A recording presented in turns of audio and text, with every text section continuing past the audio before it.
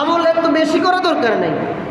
একবার করতে করতে কপালের মধ্যে দাগ ফেলে দেওয়ার দরকার নাই, হাঁটুর মধ্যে মেষ ফেলে দেওয়ার দরকার নাই, পায়ের গিরার মধ্যে মেষ ফেলে দেওয়ার দরকার নাই। রাসূল বলেন এমন আমল করো যেই আমলের মধ্যে আল্লাহ তাআলার খুলুসিয়ত আছে, আল্লাহ তাআলার ভয় আছে, যে আমলের মধ্যে আল্লাহ রাজি আছেন, যেই আমলকে আল্লাহ তাআলা খুশি করার জন্য, যেই আমল আল্লাহ তাআলা রাজি থাকবেন, রসুল খুশি হবেন, রসুলের তরিকা অনুযায়ী হবে, ওই আমলটাই করো।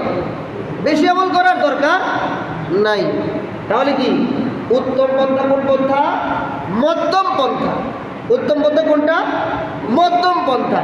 এখন আমরা অনেকে আবার বলি যে ইবাদতের বেলায় আসলে আমরা বিভিন্ন রকমের ফতুয়া, বিভিন্ন রকমের কথা, বিভিন্ন রকমের যুক্তি আমাদের মধ্যে আসে না?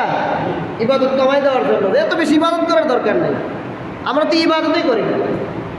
বিভিন্ন রজনী, বিভিন্ন ইসলামিক দিবস, বিভিন্ন ইসলামী গুরুত্বপূর্ণ রজনীগুলোর মধ্যে যখন আমরা 2-4 মিনিট, আধা ঘন্টা, 1 ঘন্টা বেশি হয়ে যায়, তখন কিন্তু আমাদের শরীরের মধ্যে একটা তরসারা শুরু হয়ে যায়। একটা শরীরের মধ্যে একটা বাইরে হওয়ার জন্য, মসজিদ থেকে বাইরে হওয়ার জন্য।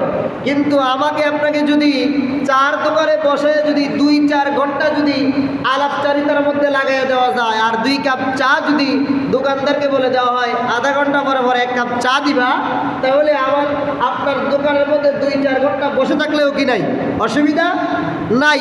আর মসজিদের মধ্যে আসলেই 5 মিনিট 10 মিনিট যদি বেশি হয়, আধা ঘন্টা যদি বেশি হয়, তাহলে এটা আমাদের কাছে অনেক বেশি মনে হয়। কিন্তু এই বসে থাকাটাই আমার আপনার জন্য কালকে আমাদের ময়দানে হতে পারে নাজাতের উসিলা। পারে কিনা? আল্লাহ কোন উসিলা দিয়া কারে পার করব, কোন উসিলা দিয়া কারে আল্লাহ নাজাত দিব, জাহান্নাম থেকে মুক্তি দিব, আমরা কেউ জানি না। এজন্য কোনো আমলে ছেড়ে দেওয়া যাবে না। আমাদের সামর্থ্য অনুযায়ী, আমাদের সাধ্য অনুযায়ী, আমাদের সাধ্যের মধ্যে যেটা আছে, সাধ্য থেকে যেটা বেশি অতিরিক্ত, এটা আল্লাহ তাআলাই নিষেধ করে দিয়েছেন। যেমন রাসূল কারীম সাল্লাল্লাহু আলাইহি সাল্লাম কোরআনের মধ্যে মিনাল লাইলি ফাতাহাজ্জাত বিহি নাফিলাতাল লাক, যখন রাসূল রাতের পর রাত জেগে তাহাজ্জুদের নামাজ পড়তেন, রাতের পর রাত জেগে কি করতেন?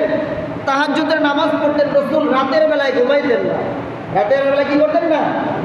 ঘুমাইতেন না। সারা রাত্র ব্যাপী ফজরের উক্ত হওয়া পর্যন্ত রাসূল দাঁড়িয়ে দাঁড়িয়ে কিয়ামের মাধ্যমে, তাহাজ্জুদের মাধ্যমে রাত্রি যাপন করতেন, রাত্রি কাটাইতেন।